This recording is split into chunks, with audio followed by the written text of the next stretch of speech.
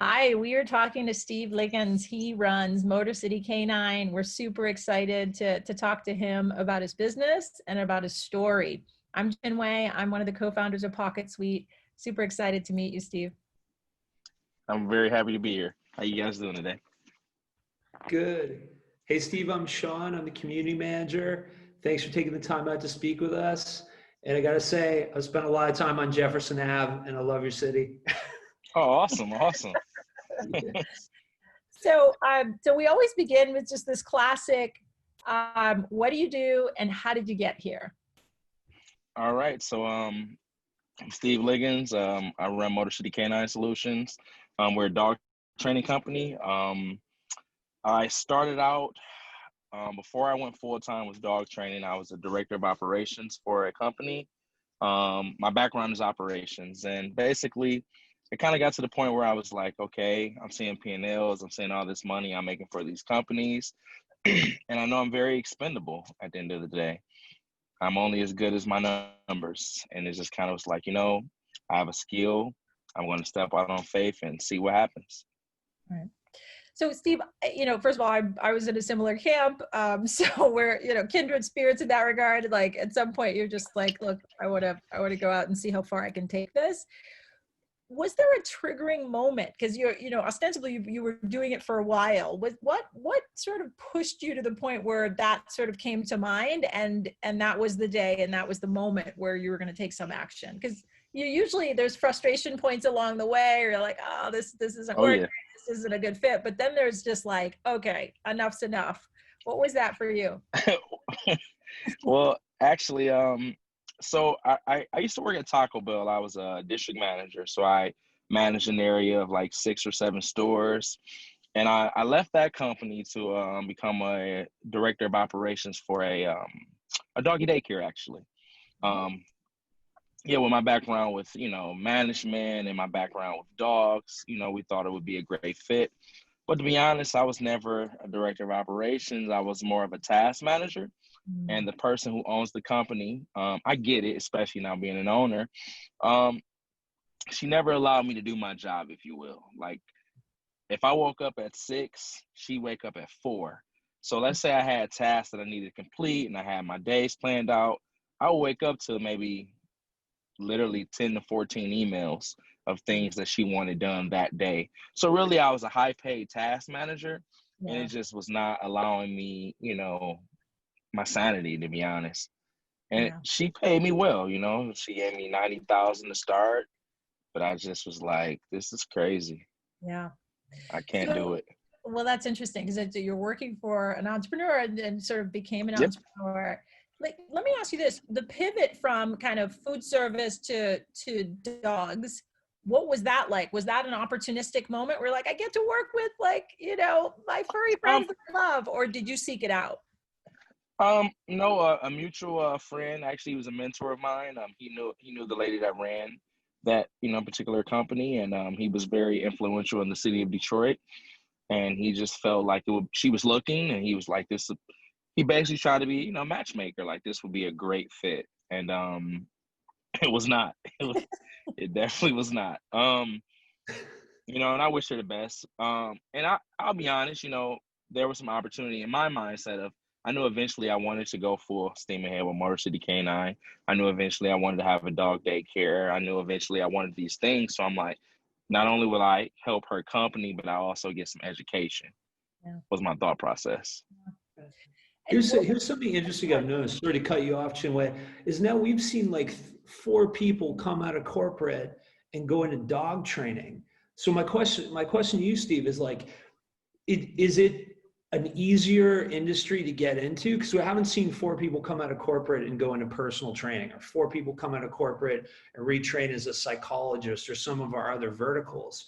We see a lot of people go into dog training. So I'm sure it's a very difficult job and there's a lot of moving parts, but is it an easier job to get started than some of the other ones, do you think? I think so. It's really about, word of mouth and how you market yourself. For me, Motor City Canine was already a company, but I treated it like a side hustle. I didn't treat it like a business, right?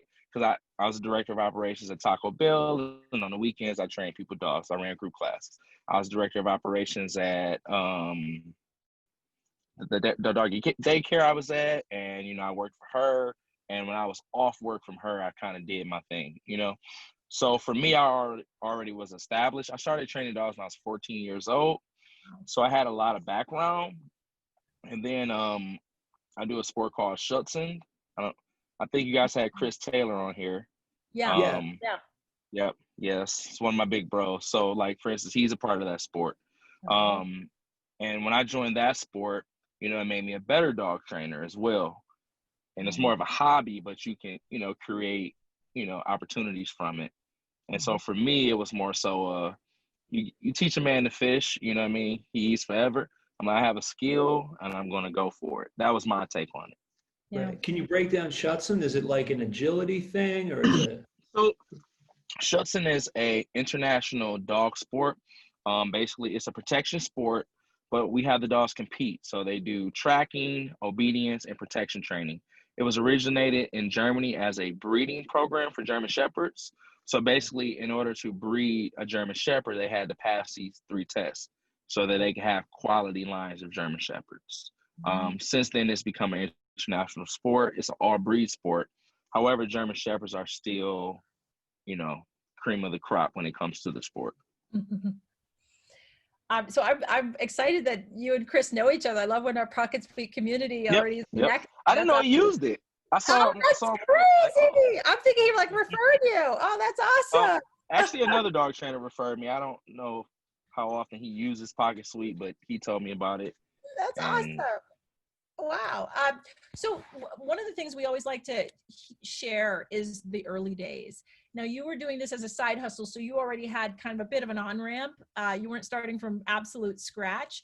But can you just share, good, bad, and ugly? Like, what were those first few months like? Just, this is now your sole source of income. How did you pay the bills? How did you manage?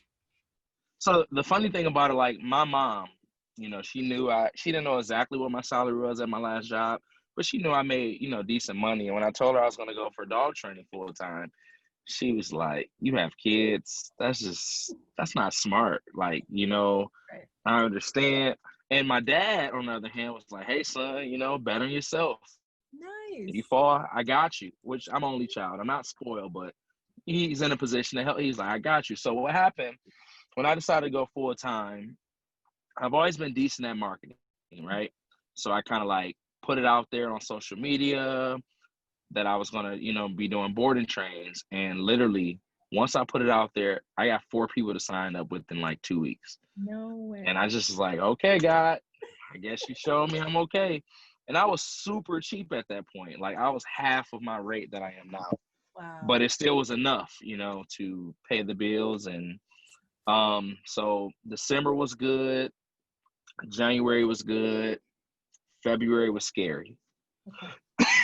February was like, I might need to get a job. Like, so I was doing 1,500 per dog. Yeah. And I would do like 4 or 5 dogs a month. Mm-hmm. And I think I may have got like 2 dogs in that month. What and happened? I was just like, huh? What is this, February this year or February? No. This is February okay. 2019. And is that a seasonal thing? Is that seasonal? No. Just the industry? Okay, it was just something. Well, yeah, everyone hits their lows, but for me, 2020, I didn't have that problem because I was kind of, but I also kind of know my industry a little bit now, and coming from operations, I was like, okay, if this is a trend, let me get ahead of it. Like Taco Bell, if you pay attention, around December or so, they always come up with like a lot of dollar things, right? Mm-hmm. Everything's a dollar focus because they know the economy is going to be suffering after Christmas, etc. So they kind of get ahead. So I kind of use that same mindset. I kind of, 20% off and book people out and, to get ahead of it. Nice. So here's taking that idea one step further. Sorry, into it is like Detroit, right? Like people don't mess around, right? So it's different if you train dogs in like Malibu, right? You're always going to have clients. They're always going to pay top dollar, and they're just going to be like, okay, whatever. Coming out of Detroit, people want to see value for their dollar. Has that shaped your business and how you deal with people? Are you more direct and straight up and honest? Do you offer better bang for the buck? Well, You know, transparency I've learned is my key, because like people think a dog trainer is a magician or a mad scientist, that they take this animal and they just change it. And like at first I kind of went with that mind, like, yeah, I'll make the dog. And as I grew, I'm like, no, your dog is gonna do things. Your dog is a living creature, and if you don't manage your dog, train it or not, you know, I crack a joke. Me and my brother, we do the business together, and I always say, if you never come back for a follow-up session, you just donated to the Steven Vincent Ferrari Fund. And I just kind of make it personal that way, and they're like, what? I'm like, yeah. So if you don't come for follow-ups, your dog is going to be an opportunist, and they're going to act like they didn't learn anything. And that's gotten me a long way with my clients. So humor actually works in your business. Your personality and bringing who you are to the table keeps people coming Absolutely. back. They like you, right? Absolutely. And one thing for me, like being, I'm called old a lot by people younger than me, but like being kind of younger, like I really know how to use Instagram as far as like in my brand. So I know how to connect with like, the local fashion artist or the rapper or the, clothing store owner or the restaurant owners in the city. So I've made connections with all those people. And to be honest, a lot of people, when they see one person did it, they follow suit. It's just like anything else, right? And now we have like a Detroit Lions player, NBA player, and people, they see those people and they're like, oh, well, they're doing it. I should do it. And I just kind of know how to use those angles to, reel them in. So you're essentially showcasing your clients on Instagram. And so it's kind of creating that lifestyle. Like if you really want to have a dog that's like, Yep. dog like. And to be honest, I sucked for a while, right? Because like, when you're an entrepreneur, you're the janitor and the manager. You're everything. So like, and I do have a team, but like, it's still ultimately a lot of things fall on me. Like I'm the innovator of the group. So like, I just like wouldn't post. I have videos and quality pictures, etc. And I was listening to Gary Vee recently, and he was just like, he was talking to a girl from Villanueva. I forget the girl's name. She graduated there. She played ball, and she created her own like, social presence. And he was basically telling like, if you're only posting on your story, you're being a coward. He was like, why not post it on your feed? He was like, you're posting on your story because you're afraid you're not going to get that many likes. He's like, who cares? He said, it's content, post it. And like, if you kind of pay attention to my Instagram over the past couple weeks, there hasn't been a lot of training, but I'm just pictures. I'm just taking quality pictures. My girl taking quality pictures and just posting them on the page. Like, and, believe it or not, we've gained like 100 followers in 2 weeks just from, doing those small things. Right. Yeah. So you're saying it's there for perpetuity, whereas people who are doing stories, they know it's there and gone again. So they're just kind of testing the waters, but you're like, Yep. You stand behind every single post, right? Now I do. I was a coward as well. But when I heard him say that, it kind of hit me. I was like, yeah, he right. Like I do just post a lot on my story. I don't post enough on my feed. And like, I mean, I have an iPhone. Like, I'm not a videographer, but like even now I told my brother, like, let's post our training, let's throw some music behind it, and let's start putting more things out. A lot of our business comes from Google and word of mouth, but like we could be so far further along if we just content. Well, let me ask, is a lot of folks come on and talk about marketing and how important it is. And if I think about one of the biggest barriers to people starting a business, it's really just fear that they're not going to get any clients or get enough clients to keep that income smooth. If you were to just like force rank the most successful marketing strategies that you've used to like have a steady stream of clients, not like a one and done, but like steady stream, what would be the top 2 or 3 strategies you've used that you feel like, gosh, this really made a huge difference and it's still making a difference? So one that I never gave enough credit to till recently is Google.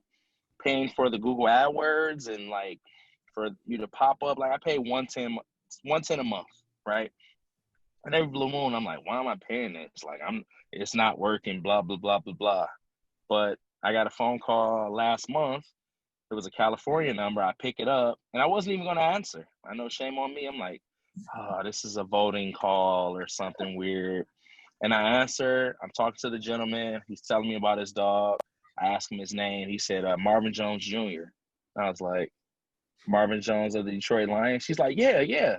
I'm Oh. like, oh, okay. And I kind of continue the conversation. And so then I say, how did you hear about us? He says, Google. I said, Nice. okay, Nice. lesson learned. You know what I mean? So like, I'm like, instead of 110, maybe I need to go to 220 as far as, you know, money that I'm, you know, putting in that business. Another one for me is Facebook. I only do it when I need to, because sometimes I'll be honest, I get lazy because I get calls without trying, to be honest. Yeah. But like whenever if it's not a steady enough flow, I'll run a Facebook ad, 50 or $100, and that works pretty well. So just like one to one, like you'll definitely get somebody, 1 or 2 new clients just from doing that. Yep. Nice. Absolutely. Nice. So literally you can just turn the dial. If you spend more, you're going to get those clients in. It's just a question of whether whether you have an additional capacity to fill that. Absolutely. Time. And like I told my brother, for the rest of the year, we're just going to kind of go full steam ahead. We were kind of focusing on trying to get in this pitch contest, and we didn't get picked. So I'm like, okay, now it's time for us to just focus on, you know, input and output for the rest of the year. So how did your brother get involved in the business? It's a family business now. How did that happen? So he was working a job. He was in injection molding. He was like a supervisor or something like that. Yeah. And he was like, you know, I'll come help you train the dogs. I'm like, okay. So he would come up. He worked nights. So he would come up around like, I don't know, 10, 11. After he got some sleep, he would, you know, train some here and there. And I was like, man, you know, if you came aboard full time, I'm like, we could really kill it. And he was like, man, okay. He was thinking about it, and he did it. And what I respect about him the most is they offered him like $35 an hour to stay. Wow. And I know I can't give him that at this point. But he was like, I believe in you. I believe in what we're doing. And I believe in my own freedom. So don't get me wrong. Wow. We're not, you know, killing it I mean, you see the revenue. We're making the money. Yeah. But, you know, there are steps. But he's like, hey, I'm doing something I like. I'm not answering to, you know, these people. And we're coming along. Now tell me the truth. Is your mom pissed? Is your mom like, all right, you gotta. Yeah. She's like, nope, she doesn't say too much now. She doesn't say too much now. However, that sport I was telling you guys about, Shudson, I took 13 stitches to the face this weekend. So I'm sure when she hears about that, it'll be funny. Oh, my dad. No. Oh, you're lucky you have a beard, man. Yeah, it was interesting. It was. I took a nice little bite to the face. Yeah. Okay? All right. Yep. So I have 2 quick questions. Would you recommend to people that they work with family, or you think, oh, you know, it depends on the individual. Yeah. It depends on the individual. And I'm not trying to be harsh, but like when I was running like Taco Bell's, I hired people I knew and family, but I fire them just as fast. Like, and I feel like at the end of the day, it's not if it's the right family member or friend, they're working hard because, you know, they want to better themselves and better you and your company. If they're looking at it like you're supposed to just give them a handout, you shouldn't hire them in the first place. Of course. And my second question is, how much is where you're from shape your marketing? Because it's great. I mean, you Motor City right in your title. And I think, do I want to get a protection dog from Det Riot, Motor City, Detroit, Steel City, or do I want to get one from Maine? You know, I'm going to go to Detroit. Right. And is that all very deliberate, or it's just who we are? You know? Yeah, it was very deliberate. So like when I started the company, you know, we're not in Detroit. We're outside of Detroit. We're in a city called Inkster, but the goal is Detroit. That is the goal. Like my goal is to get like a 10,000 square foot building in the city of Detroit. So everything's. How much does that go for right now? Oof, man. It all depends on the area. Right. I am looking at a building right now. on Livernois. I haven't called them yet, but I'm sure it's a pretty penny. Okay.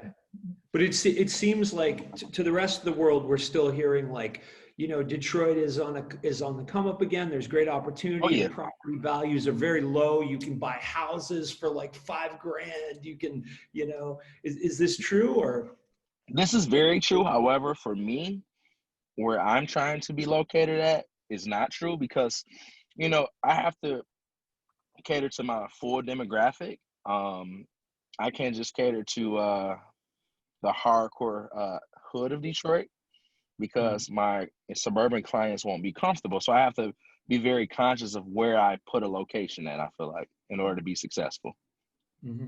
Like Jefferson would be great, but I don't have millions of dollars. Yeah, I mean, there's Auburn Hills, there's Jefferson, maybe in between, right in between. No, my goal is, I don't know if you know the city like that, but Grand River, Livernois, something like that. That's very like caters to, our clients. Cool. Yeah, my sister used to live in Southfield, so we spent some time there. Yep. So can you share a little bit about, just what are the hardest parts of your job? Like when you think about, gosh, this is the part of entrepreneurship no one wants to talk about. Just to give folks a reality check when they think about being an entrepreneur, whether it's specific to dog training or just being an entrepreneur, full stop. I really talk about entrepreneurship more than dog training because I think no matter what the industry is, entrepreneurship is still going to be the key. And for me, it's about the hitting those walls. You can't quit. Like, don't get me wrong. Like I said, I've had some great months. I've had some months where I was like, oh my God, I hit the platinum or gold or VIP or something. I was like, oh, I'm ranking it in, right? However, I've had other months where, it's not like that. And it's really about, it's very easy to work a job and people think, oh, I can do this myself. But the thing about a job is, no matter what, as long as you clock in and out, or if you're a salary, you're guaranteed that income for the most part, right? When you're an entrepreneur, it's not that way. You have to get up every morning with the mindset of, I got to go get it. And even if you don't, like, for instance, me, I said, I don't seek the business sometimes because it comes to me, but at the same time I've still created other things to help it come to me, and I still got to answer the phone. I still have to seal the deal with the client. I still have to finish the product and show them that their money was spent well. Right. I think that to me that's one of the biggest issues. People think like I'm just going to start this and I'm just going to do it. They don't think about the groundwork. They don't think about how many years it took that person to get there. They just see the Instagram, or the Facebooks and the YouTube and the success. But like you look at, I have a new client. Her name is Mia Ray. She was on CNN or something like that. She has like these bags, Glamaholics or something like that. And a lot of people like, I can do that too, but it took her 10 years, I think, to get to that point. You look at Cesar Millan, everyone knows who he is. He was homeless and all types of things, Yeah. So it takes time, and you have to remember to not quit. I think that's the biggest thing. If you're gonna have struggles, you're gonna have sacrifices, you're gonna have good months, you're gonna have bad months, you're gonna have times where you're like, it's time to get a job. But if you really believe in it, you got to stick with it. Is it more challenging dealing with the dogs or the people in your practice? The people all day. The people. So our primary business is board and train. Yeah. So what that does is allows us to just take your dog. We'll see you in 4 weeks, or we'll see you in 6 weeks, or we'll see you in 2 weeks. That helps a lot. However, I do offer group classes. I do offer one-on-ones. I do some protection training, etc. And it's always going to be the people. Luckily for me, coming from operations, I've dealt with people forever. But that's definitely the hardest piece. And my advice to entrepreneurs is every upset client is a lesson. That's what I've been telling myself. Like, if I get an upset client who's not happy with something, rather it was our fault or they're just trying to get over on us, I still take that and learn from it. So What's my the, contract changes, or the way I even put a clause in there now that we can post your dog. I didn't get that complaint yet, but I'm like, that's next. Someone's gonna be like, well, you posted my dog on your Instagram. So you just gotta kind of, you know. what's the most kind of heartwarming story, like, this is why I do this, that you have for like an interaction with a client? So I can give you a few, but last year, and this was no I made no money on this. I did a free pit bull class in the city of Detroit. There was a young lady who was killed in Southwest Detroit by 3 pit bulls. She was mauled to death. And when I saw that, I was like, let me try to do something. So I did a free pit bull class. It was 4 weeks. Of course, 4 weeks, once a week, I can't do a lot, but I taught them how to get their dog to walk properly on the leash, how not to be reactive when they see other dogs or people, how to sit, how to down, just some basics. And when we were at the end of it, what made me feel good is there was 2 ladies in the class that were going to have to put their dog down if they didn't get them under control, and they were able to. And like, all those people walked away happy, and they were able to keep their dogs, because pit bulls have the worst reputation in the city of Detroit. I'm sure around the world, but like here, like, it's terrible. Well, they're like, I'm from Toronto. They're banned in Toronto. You can't have one. See, Right. they're banned a lot of places. Yeah. They're banned a lot of places, and it's sad because it's not the dog, And like I said, like, I was featured on the news when I did that, and like I said, if a dog lacks enrichment, what do you think they're going to do? That little girl was riding her bike back and forth, back and forth. She wasn't taunting the dogs, but to 3 dogs that's chained up in the backyard every day, she's looking like the rabbit that's just going back and forth, back and forth. Wow. Like, and so I talked about the importance of walking the dogs. I talked about the importance of playing ball with the dogs. If you get a dog and you just want to put it in the backyard, you don't need one. Yeah. Wow. Yeah. Well, I've met Cesar Millan's pit bull, the big one. I think he's passed away, but I met him at the Latin Achievement Awards, and I hung out backstage with his dog, and it was the most relaxed, mellow dog. And it was like, its head was like this big. So Yeah. I would agree with you that they have bad PR, but they're not all bad. It's just irresponsible ownership, right? Bingo. They were called the nanny dog. That was the dog that was known to, watch your kids and be safe with children. Wow. Mm-hmm. So Steve, can you share a little bit about your experience with PocketSuite for folks who are just getting started? I love PocketSuite. So for me, although I was successful in the corporate world, let's be honest, a lot of it's laid out there for you. You pull this report to get this. You click on this to see what this is. Everything is laid out. So when I started Motor City Canine, I went full time. Yeah, I was doing everything by paper, and I would slip on some things because, like, it was no longer all laid out. And then I was using Stripe for payments. And my buddy, his name is Wayne Singleton. I don't know. He's PocketSuite. He was like, hey man, he's like, try PocketSuite. I was like, what's that? He was like, listen, bro. He was like, your calendars, your schedules, everything you need is on PocketSuite. And some other people was like, no, try 7 hats or 17 hats or something else. Right. And he was like, bro, trust me, try this one. So I downloaded it. I started kind of going through it, and I started using it, and I was like, okay. And I started only using it for payments, I'll be honest. Oh, okay. I needed something to process my credit card payments. Right. And Stripe had really made me mad. So I was like, I needed something new. And so I started using it for that. And then, like, I seen it had so many other capabilities. I'm like, okay, let me try this. Let me try that. And I'll be honest, although I use it every day, I still do not use it to its full capability. That's my goal before 2020 is over, to like really, really use it for everything.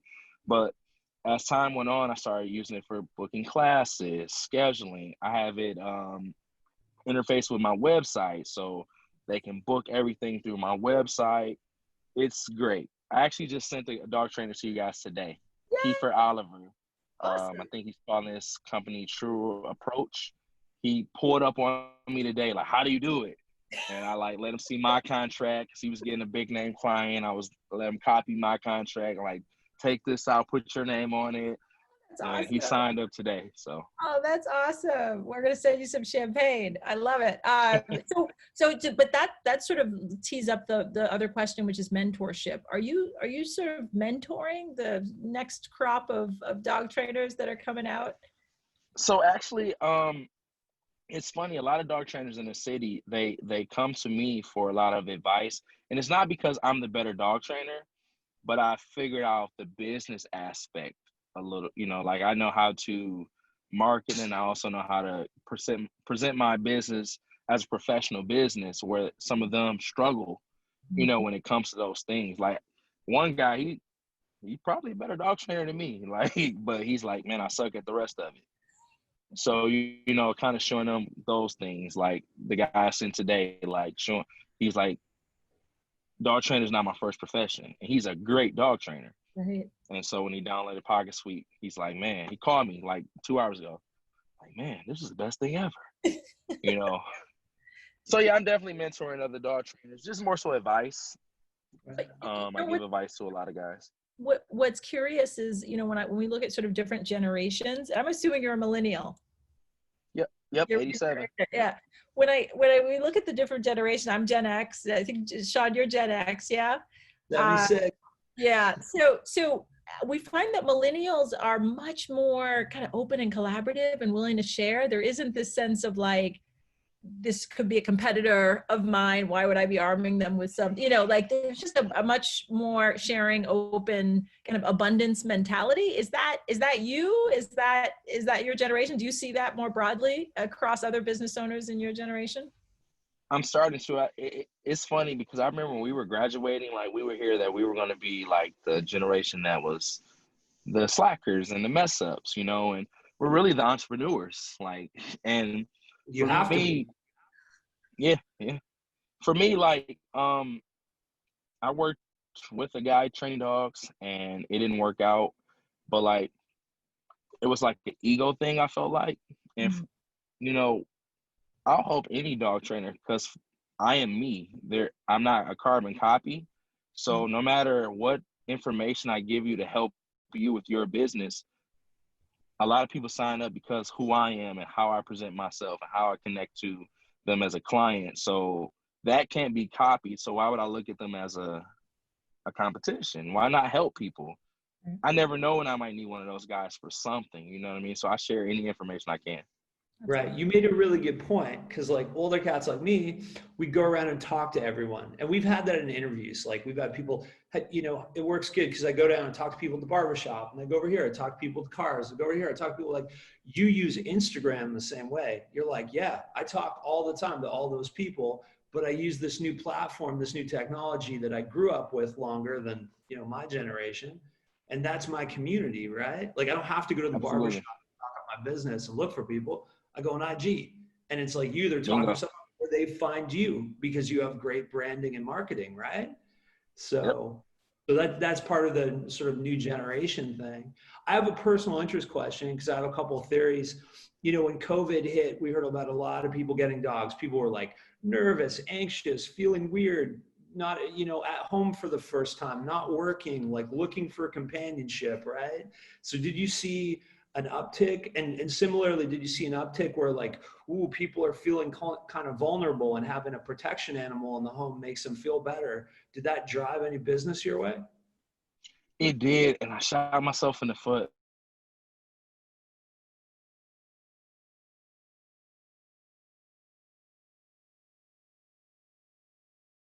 Want to get their dog trained. They're going to worry about food and security, like as far as like shelter. I'm like, okay. So I dropped my prices. Not only did I drop my prices, I came up with a first responders discount. Oh, Like I did all these things to like try to get ahead. So what sucks about that, it's great, I had a first responders discount, but me dropping my prices, what sucked about that was I was super busy. Like the phones went nuts, and I'm like, oh, and I wanted to snatch it down so bad, but I was like, no, I put this out here. I have to ride this promotion for a while. And I feel like I missed out on so much money because I was just like, I was trying not to lose. Right. Now, true enough, I didn't do any group classes or one-on-ones or things of that nature, but my board and train went through the roof, and yeah, I shot myself in the foot just a little bit. Well, that's a good problem to have, honestly. So final thing, you mentioned as you look up and out 10,000 square foot facility, what is your, what will your days be like? What will your life be like when you get to kind of that goal, when you sort of have this facility where you've got it all in one place and you're getting it done? Well, what I'm trying to do is lean on the skills of like my operation background more. So like once I get to that point, it's my team is going to be key. Like for instance, me teaching group classes, not a good idea anymore. And me training every dog that comes through, not a good idea anymore. But if we keep getting like celebrity clients, that'll be my focal point. Okay, I'll take the celebrity clients or the pro athletes clients and train those dogs, and rely on my team more to the day-to-day business. Mm-hmm. Awesome. That's great PR. I have one final question. I asked the same question to Chris Taylor, and I think it's great you guys are friends because you're also different characters, right? And you're across the country from each other. But I asked Chris literally Taylor, across the country. I'm like, Chris, like you teach dogs all day. What is one thing you've learned from dogs? I would say patience and management. So yeah, my background may have been management, but like I travel a lot, just like Chris, because we do the same sport. I got a long way to reach the things he's accomplished, but with that being said, if you're on a road trip with a dog, your management is key. So you don't have to clean up some things, and you kind of catch my drift. So like, you have some dogs in the back there. Do you have some dogs? I do have a kennel, and I have my personal dog from the opposite side of it. That's unreal. We haven't heard a peep. That's unreal. He's a good boy. What is your personal dog? What kind of dog? Yeah, he's a good boy. Hold on 1 second. Uh-oh.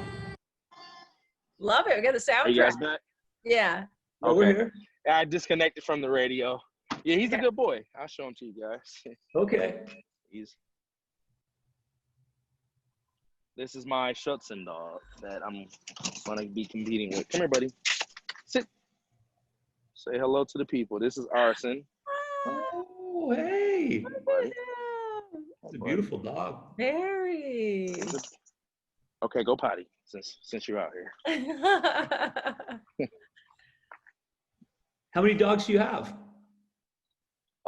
Personally, 3. I have him. I have a Dutch Shepherd Malinois, and I have a German Shepherd puppy. Right. So these are all very smart dogs. Oh yeah, they're all. He actually is from Germany. I've had him for maybe 4 or 5 months now. He was imported, and the puppy comes from 2 imported parents. So yeah. Right. Wow. So I have a Cane Corso Rottweiler. So my dog, very cute, not as smart. Very big too, I'm guessing. Very big. That's 2 big breeds. She's a powerhouse, and she's very affectionate, but she won't be opening doors on her own anytime soon. That's not a good thing to teach, I don't think, anyway, Right. So. Steve, it's been a pleasure talking to you. We're super excited about your growth. We're excited about supporting you as you grow, and we're gonna promote you on social, on our website, everywhere. So coming soon. Stay tuned. Thank you so much. I appreciate it, guys. Thanks, Steve. Have a good one. All right, you guys have a great night. Okay. Bye-bye. All right, bye-bye. Take care.